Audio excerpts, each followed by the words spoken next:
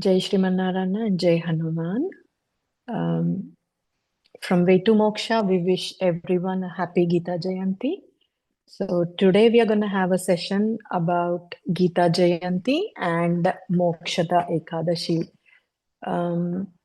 So today is the day, Bhagavad Gita was given to the world. That's why today is Gita Jayanti. So it's Bhagavad Gita's birthday. So when I say it's Bhagavad Gita's birthday, it is the day it was given to the world, but it was not the day when Sri Krishna Paramatma preached Arjuna. So if we look into, the Mahabharatam, after Sri Krishna Paramatma has preached Arjuna all the Bhagavad Gita, when he was not ready to take over his responsibility and go for the war, that's when Sri Krishna Paramatma had to preach Arjuna to, know about yourself and know about your responsibilities and be ready to get to the war. So after, the wars, after the Bhagavad Gita happens, after the war starts, the war starts on the first day of the Margasirsha month. This is the month of Margasirsha, right? So the war starts on the first day of Margasirsha month, and the first day itself, Bhagavad Gita was preached by Sri Krishna Paramatma to Arjuna. So after the Bhagavad Gita was preached, Arjuna gets ready to get to the war, and the war starts and the war happens. So after the war, like while the war is happening, on the 11th day of the war, their grandfather, the Pandavas and Kauravas' grandfather, the great Bhishma Pitamaha, he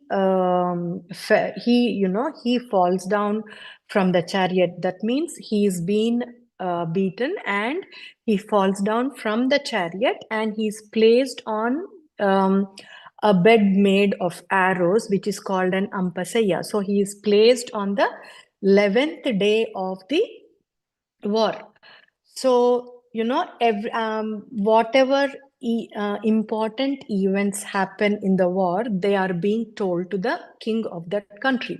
So, as usual, the Kauravas king, the Dhritarashtra, gets the news that Bhishma Pitamaha has fallen down and is on the Ampashaya. So that's when, till then, Dhritarashtra, he doesn't have any kind of fear, he was always confident that his sons are going to win because he had Bhishma Pitamaha and Dronacharya and Karna on their side. So he was very confident, my sons are going to win. But when he hears the news that Bhishma Pitamaha has fallen down, a panic enters him. That's when he asks his friend Sanjaya. We all know that Sanjaya was given a boon by Vyasa Maharshi that he can see what is happening in the war, and if Dhritarashtra is interested, he can relay whatever was happening. But in the first days, Dhritarashtra is not interested even to listen to that because he was very confident, my sons are going to win. But when he hears that, Bhishma Pitamaha has fallen down, that's when he calls Sanjaya and asks him, what happened in the war field? What are Kauravas and Pandavas doing when Bhishma Pita has fallen down? Why are they not taking care of him? So when he asks this question, Sanjaya uses his boon to see the war field live, with the vision given by Vedavyasa Maharshi. That's when he sees from the beginning of the war. That is the first day of Margasirsha month. So when he gets the vision of the entire war happening, the first thing what he sees is that Arjuna and Krishna, they are having a conversation, and Arjuna asks Krishna to take him into the middle of the war field.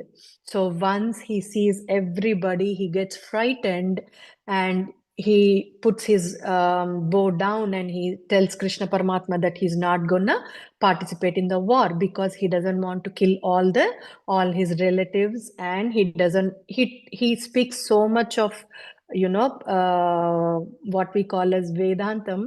He speaks so much that he doesn't want his family members, he doesn't want to get the papam by killing them and all that. When Sri Krishna Paramatma hears all this, that's when he gets an opportunity to preach Arjuna the Bhagavad Gita. So what does Bhagavad Gita preach Arjuna? Like, what does he tell Arjuna in Bhagavad Gita?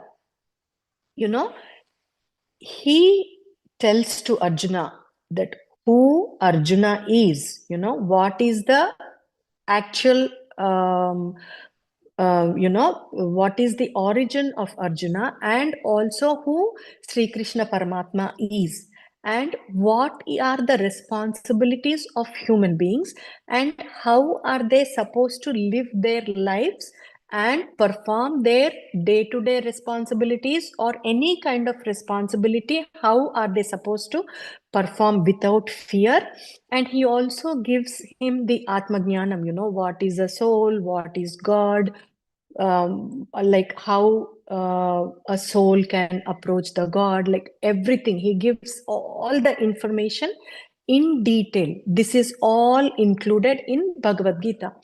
So this is what he preaches Arjuna on the first day of Margasirsha Masam.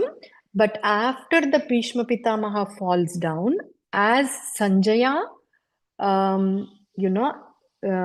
looks over all what was happening in the past 3 days, like a rewind, how we rewind the movies or anything. He rewinds the entire war, and he sees from the beginning, and he gives the entire what was happening in the war from day 1 to the 11th day. He gives the entire summary, like entire vision as is to the to Dhritarashtra. So what happens when when Sri Krishna Paramatma was preaching Bhagavad Gita to him? Like everybody could hear that. Did Sanjaya hear it on the first day? So here, Sri Krishna Paramatma, we all know, he has a quality called Hrishikeshitvam, where he is capable of controlling our senses, like all the senses he has the capability to control. That's why he's called Hrishikesha. So he uses that Hrishikeshatvam when he was preaching the Bhagavad Gita to Arjuna. Only Arjuna could hear the Bhagavad Gita. The entire war field was like frozen, He made everybody, the animals, the elephants, the horses, and everything that was present in the war field, it was made into statues. No human could hear that Bhagavad Gita. Only Arjuna was able to hear that Gita. Maybe we don't know, maybe devatas, or maybe the rishis who had the capability to listen, maybe they might have heard. We do not know anything about that very clearly, but we can assume that maybe they might have heard, but none of the humans or animals or any of the beings could hear the Bhagavad Gita. It was only and only preached to Arjuna. And on the 11th day of the war, as Sanjaya has again revoked everything and has spoken to Dhritarashtra, as he has spoken to Dhritarashtra, it was available to the rest of the world. So that is why today is the day Sanjaya has, given the Bhagavad Gita to Dhritarashtra. So that is why we consider today as Bhagavad Gita's birthday. So today is the Gita Jayanti. So it is very auspicious to even listen or to chant Bhagavad Gita today. If you can't chant or listen to the entire Gita, even if you chant a little bit, even if you chant even like a one shloka, or even if you listen to a little bit of it also, you get that power, or you get those energies of the Gita itself. And also, when we are listening and when we are hearing to the Gita, it is very, very difficult to to anyone to understand the Gita very precisely and in the right way. It is very, very difficult to comprehend Bhagavad Gita. So we all should wish today, whenever we listen to Gita, we should request Sri Krishna Paramatma that he gives us the energy to comprehend Gita as is. Whatever the essence or whatever the meaning he has given in Gita, we should pray to him that we should be able to understand the Gita whenever we listen or whenever we read Bhagavad Gita. So that is the beauty of Gita, He has actually given it to the entire human race. Because I think when he had given the Bhagavad Gita, he was almost in his 80s of age. So he knows, Dwapara Yugam is coming to an end. And next to Dwapara, the Kali Yuga is going to come in. And in Kali Yuga, people won't be much interested even to perform their duties or even not interested to lead a dharmic life. So they would be in a great need of this Bhagavad Gita. That is the reason he has taken that opportunity to preach Arjuna, because Arjuna is a great warrior. We should never think that, Arjuna does not know anything. He was preached by Sri Krishna Paramatma. No, Arjuna was a great warrior and he was called Gudakesha. I'm sure you might have known the meaning of Gudakesha. Gudakesha means one who has, overcome the sleep and lethargy in his life. You can imagine one who has overcome sleep or laziness in his life. You can imagine how great that person is. So Arjuna is that kind of person. We should never think that Arjuna is something low and he was preached Bhagavad Gita. He was preached Bhagavad Gita, but for the people who are living in Kali Yuga, the Bhagavad Gita was given by Sri Krishna Paramatma. So we should all thank Arjuna for this opportunity, for giving us, Bhagavad Gita, and also we should thank Sri Krishna Paramatma for giving us Bhagavad Gita. And another beauty of today is also the Mokshada Ekadashi. It's called Mokshada Ekadashi. So what is the beauty of Mokshada Ekadashi? We see like Ekadashi every fortnight. So many Ekadashis come. So what is the beauty of today's Ekadashi? So Mokshada Ekadashi, not only we can liberate ourselves, the beauty of today is we can also liberate our ancestors and forefathers. That is the beauty of today's Ekadashi. So today, after this session, we are going to do a meditation. In the meditation, we are going to do on Bhagavad Gita and as well Mokshada Ekadashi.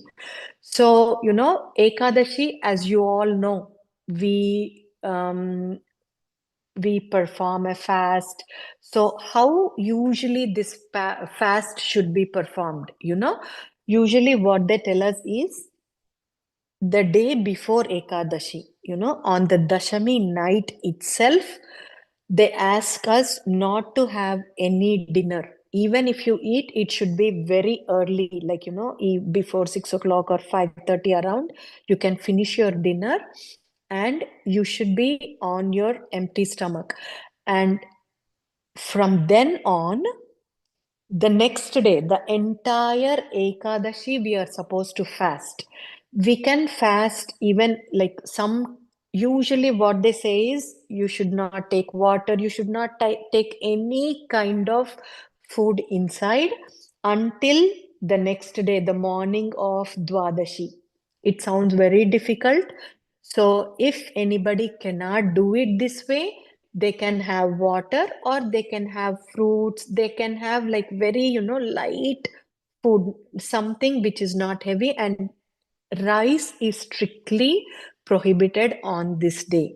So as we all know, we are like nowadays we are hearing so much about intermittent fasting and the autophagy which happens in our body when we fast, more than, I think it's more than 20, 21 or 22 hours. Once the body is fasted for those many hours, that's when I think the ketosis process starts. And that's when all the bad cells in the body are killed.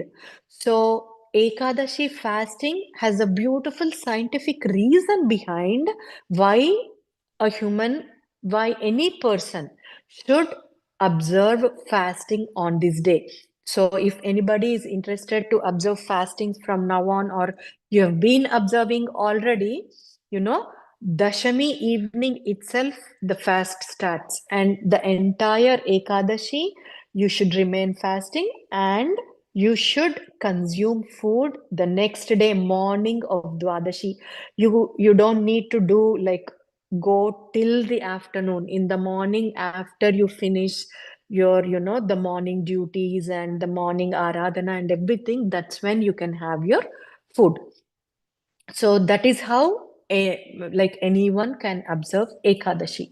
So today's for Mokshada Ekadashi, as I mentioned, today's Ekadashi has the beauty to liberate not oneself but also liberate our ancestors. And today's day has a greater energy for spiritual transformation.